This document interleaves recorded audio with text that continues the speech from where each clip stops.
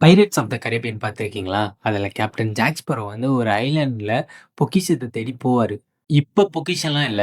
ஆனா நம்ம பொக்கிஷத்த உருவாக்கணும். நான் வேணா ஒரு ரூ. 10,00,000 ஒரு பாக்ஸ்ல போட்டு, அத மறைச்சு வச்சு, என்னோட பேர பசங்கள அத கண்டுபிடிக்கிற மாரி பண்ணா, ஆனா அப்பயும் இப்ப ரூ. 10,00,000க்கு என்னலாம் வாங்க முடியுதோ, அதெல்லாம் அப்பயும் வாங்க முடியுமா? அப்பயும் இந்த வேல்யூ இந்த 10,00,000க்கு அதே மதிப்பு அப்பயும் இருக்குமா? கண்டிப்பா இருக்காது. ஏன்னா, மணி அதோட பவர லூஸ் பண்ணிடும்.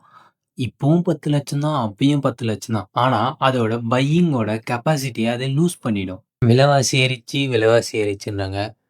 ஏன் விலைவாசி ஏறிச்சு? இதுக்கு காரணம் தான் என்ன?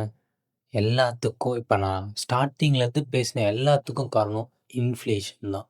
இப்ப இன்ஃப்ளேஷன்னா என்னன்னு பார்க்க போறோம். இன்ஃப்ளேஷன்னா என்னன்னு பார்க்கறதுக்கு முன்னாடி, இன்ஃப்ளேஷன்னா தமிழ்ல என்னன்னு ஃபர்ஸ்ட்டு தெரிஞ்சுக்கலாம். இன்ஃப்ளேஷன்னா தமிழ்ல பணவீக்கம்னு அர்த்தம். ஒரு பொருளோட விலை ஏறிட்டே போனா, அத இன்ஃப்ளேஷன்னு சொல்லலாம். இன்னும் சிம்பிளா சொல்லணும்னா, நீங்க அன்றாடம் வாங்குற பொருளோட விலை அதிகமா இருக்கும். உங்க பணத்தோட மதிப்பு குறைஞ்சிருக்கும். உதாரணத்துக்கு, நீங்க லாஸ்ட் இயர் 1 லிட்டர் பாலு ரூ. 40க்கு வாங்கியிருக்கீங்க. ஆனா, இந்த வருஷம் 1 லிட்டர் பால நீங்க ரூ. 45க்கு வாங்குறீங்க. அப்படின்னும்போது ரூ. 5 டிஃபரன்ஸ் இருக்கு. இந்த ரூ. 5 தான் இன்ஃப்ளேஷன்.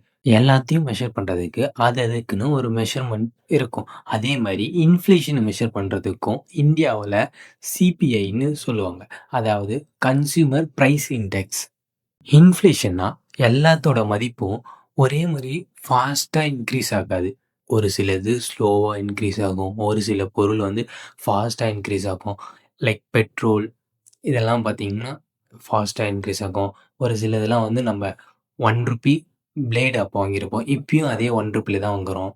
அப்படின்னு ஒரு சில இன்ஃப்ளேஷன் எதனாலலாம் வருது?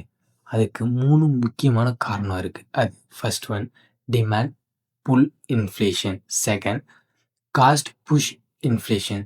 Third built in inflation. Demand pull இன்ஃப்ளேஷன்னா, இப்ப நீங்க கடைக்கு போறீங்க. அங்க போயிட்டு நீங்க ஒரு பொருள வாங்குறீங்க. அந்த பொருள நீங்க கேட்கிற அதே டைம்ல இன்னொரு பெர்சனும் வந்து கேட்கறாங்கன்னா, அங்க கடையில ஒரே ஒரு பொருள் தான் இருக்கு. ஆனா நீங்க 2 பேர் கேட்கிறீங்க. அப்ப அங்க டிமாண்ட் அதிகமா இருக்கு. அப்படின்னும்போது அவங்க பிரைஸ இன்கிரீஸ் பண்ணி விக்க வாய்ப்பு இருக்கு. இதனால இன்ஃப்ளேஷன் வருது. செகண்ட்ன்னு பார்த்தீங்கன்னா, காஸ்ட் புஷ் இன்ஃப்ளேஷன். இப்போ நம்ம ஒரு பிசினஸ் பண்றோம் அப்படின்னா, அவங்க டிரான்ஸ்போர்ட் அது அந்த மாரி நெறைய ரா மெட்டீரியல் வாங்குறது, அந்த மாரி நெறைய விதமான இது இருக்கும். அந்த இதுவுல இப்போ பெட்ரோலோட விலை இன்க்ரீஸ் ஆகிட்டே போகுதுன்னும்போது, அவங்க அவங்களோட ப்ராஃபிட்ட இன்க்ரீஸ் பண்ணணுன்றதுக்காக, அவங்க அங்க பிரைஸ இன்க்ரீஸ் பண்ணுவாங்க. ஒரு பில்ட் இன் இன்ஃப்ளேஷன். இங்க விலைவாசிலாம் அதிகமாயிட்டே போனதுனால, அங்க கம்பெனில ஒர்க் பண்ற பெர்சன் அவங்க சேலரிய இன்க்ரீஸ் பண்ண தர சொல்லி கேட்பாங்க. அதனால தான் இந்த பில்ட் இன் இன்ஃப்ளேஷன் வருது. அடுத்தபடியா பார்த்தீங்கன்னா, இன்ஃப்ளேஷன் இதனால மட்டும் வரதில்ல.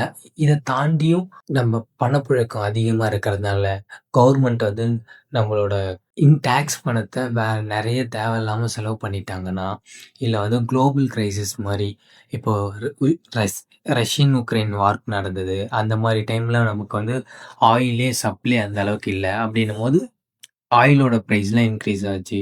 இன்ஃப்ளேஷனால யாரெல்லாம் பாதிக்கப்படுறாங்கன்னு பார்த்தீங்கன்னா, மிடில் கிளாஸ், லோ இன்கம் வரவங்க, சேலரிடு எம்ப்ளாயி, பணத்த சேமிச்சு வைக்கிறவங்க, கடன் வாங்குறவங்க, பிசினஸ்மேன் இதுல எல்லாருமே இன்ஃப்ளேஷனால அஃபெக்ட் ஆவாங்க. ஆனா, அவங்க அஃபெக்ட் ஆகுற விதம் எல்லாரும் ஒருத்தர விட இன்னொருத்தர கம்பேர் பண்ணும்போது டிஃப்ரெண்ட்டா இருக்கும். வாங்க லாஸ்ட் ஃபியூ இயர்ஸோட இந்தியாவோட இன்ஃப்ளேஷன் ரேட்ட பார்க்கலாம். நீங்க இந்த டேபிள்ல பார்த்தீங்கனாலே 2020ல இருந்திருக்கு. இது எல்லாமே அப்ராக்ஸிமேட்டான வேல்யூ.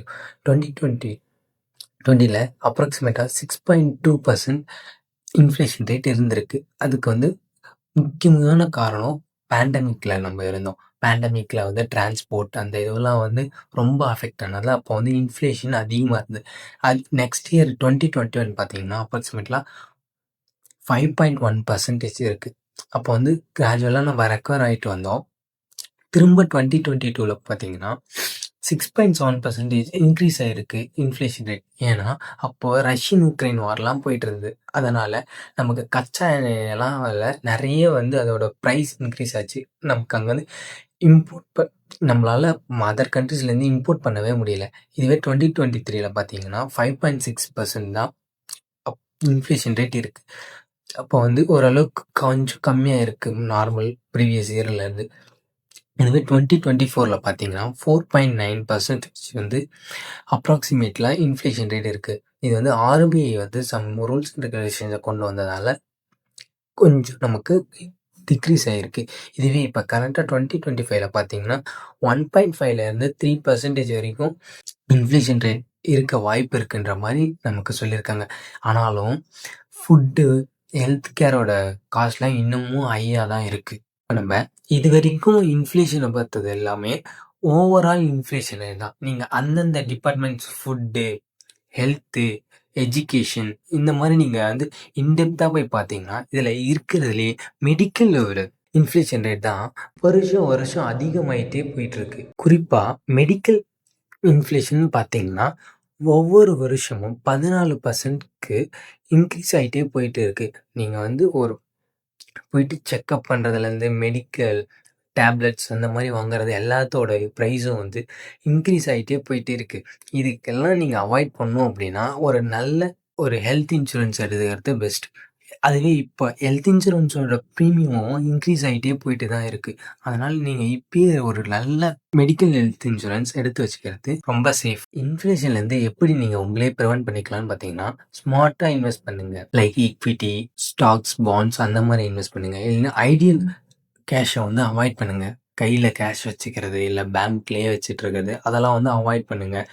உங்களோட பட்ஜெட்டை வந்து பட்ஜெட் போட்டு அந்த பட்ஜெட்குள்ளேயே வந்து நீங்கள் ஸ்பெண்ட் பண்ண பாருங்கள். உங்களோட எக்ஸ்பென்சஸ் வந்து நீங்கள் ட்ராக் பண்ணுங்கள்.